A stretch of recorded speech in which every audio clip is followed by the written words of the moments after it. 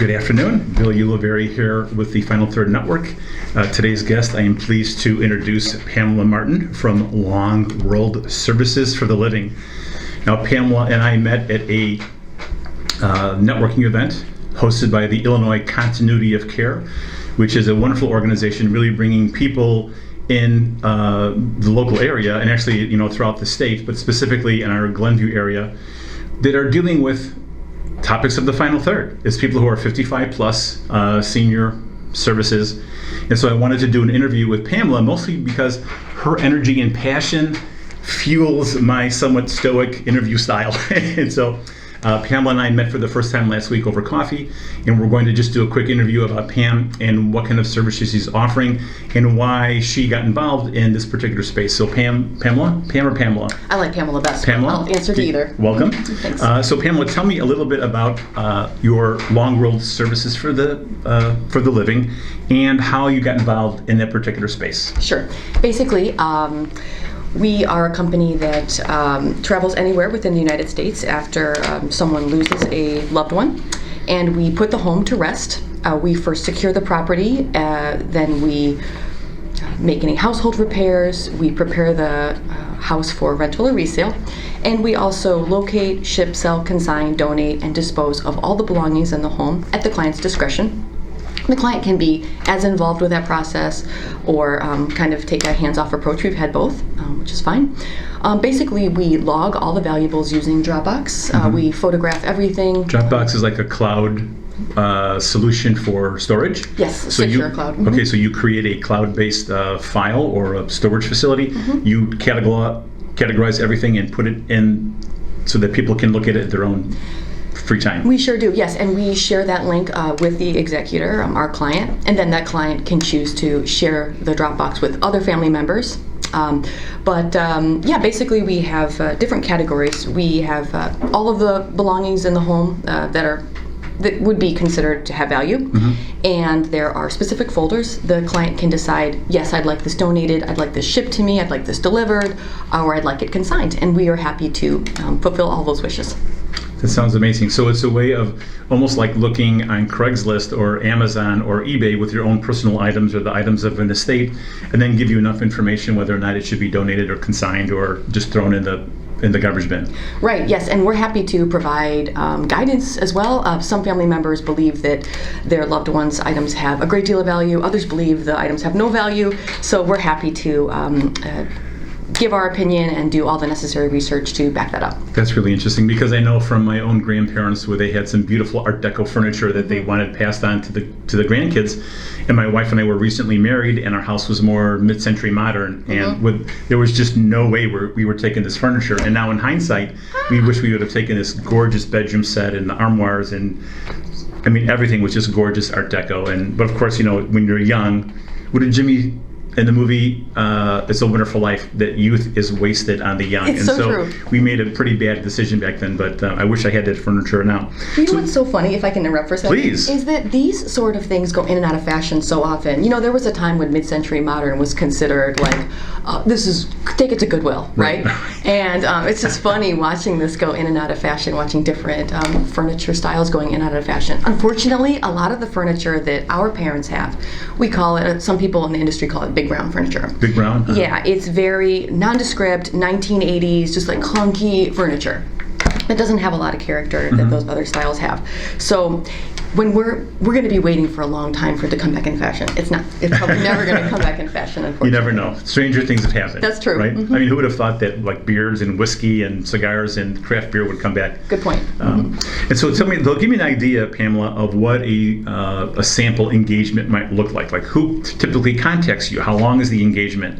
What are some of the obstacles and joys of where you're finding your work? Because that's really important for people who are trying to offer services to this community. Okay, great. Well, first it starts off with a phone call, almost always, and the person has lots of questions because ours is sort of a unique service. And whenever possible, when the property is here in the Chicagoland area, we travel to the property, at the client's convenience, of course.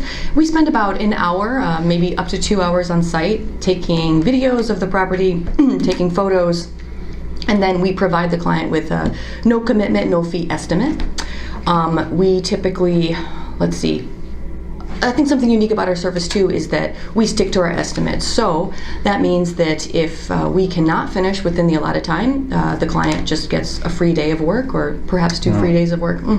So we never run after the client for extra money. Another good part of our service is that we all the clients, they keep all the proceeds from the consigned valuables. The auction house, of course, will take a cut, but we don't. And if we run an estate sale, the client keeps 100% of the proceeds as well. Interesting. So anyhow, yes, so we're at the client's house taking photos, talking to them about what they consider valuable, because value to some people maybe $100, right. Value to other maybe $1,000. So does the consignment shop come and pick up the things from the residents, or you and your company have to load up the minivan and we do drop them off? That's one of our favorite parts of our job, is locating really interesting things to consign. We work at different auction houses in the Chicagoland area, although we've done jobs out of state and worked with consignment places in Arizona, for instance.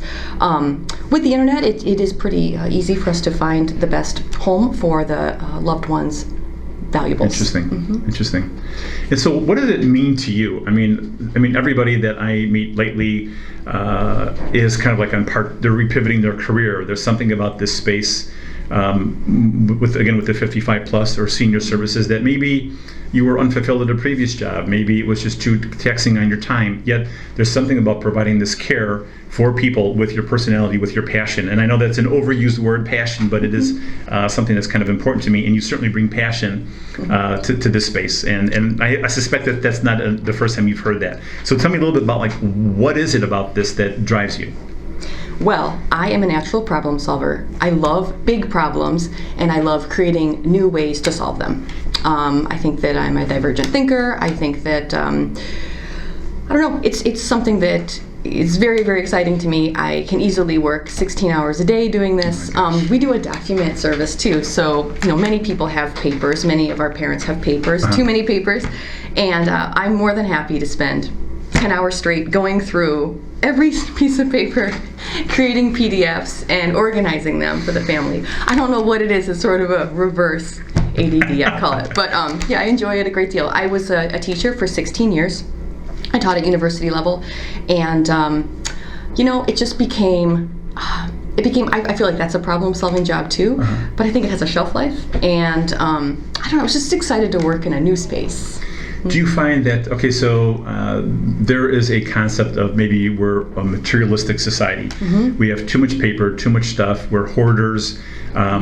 Would you say that your job now is so much more difficult because of the sheer quantity of personal belongings?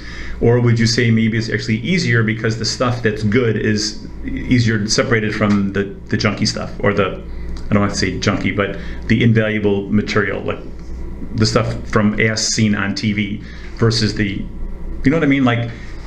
Is it easier or harder, do you think, to do what you do than it was, say, 10 or 15 years ago? I think it would have been easier 10 or 15 years ago, because I just feel that people spent less money, they spent less time shopping. Virtually every property we encounter is on the spectrum of hoarding in some way. And even if it's a shopping addiction, for instance, unfortunately, there's just not a lot of money there. So when someone is buying, $20,000 worth of items from Marshall's and TJ Maxx and then putting them in the basement, I mean, what are we going to do with these, right? Unfortunately, they're just probably going to end up at Goodwill. Right. And you know what? And they'll be used by a family there, and that's great too. Are you able to secure a tax document, like a deduction for the family for the items that you bring, and you're trying to come up with a value of the things you drop off at Goodwill? So that's part of your value prop?